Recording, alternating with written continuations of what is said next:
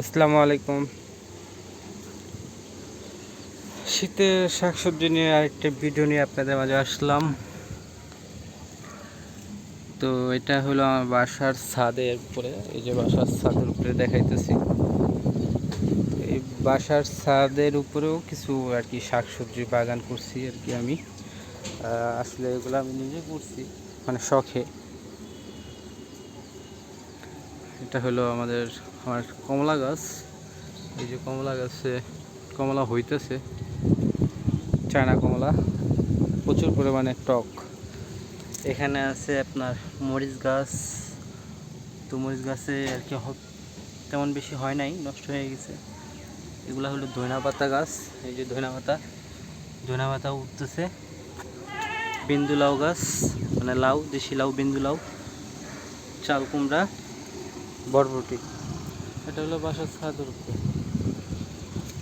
আর আমার হাতে কিছু আছে লাল শাকের বীজ।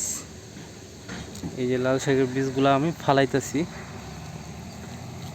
যাতে এগুলা এখানে হয়। ইনশাল্লাহ হয়ে যাবে। ফালাই দিলাম, সবগুলার ভিতরে ছড়া ছিটা ফালাইলাম যাতে হয়ে যায়।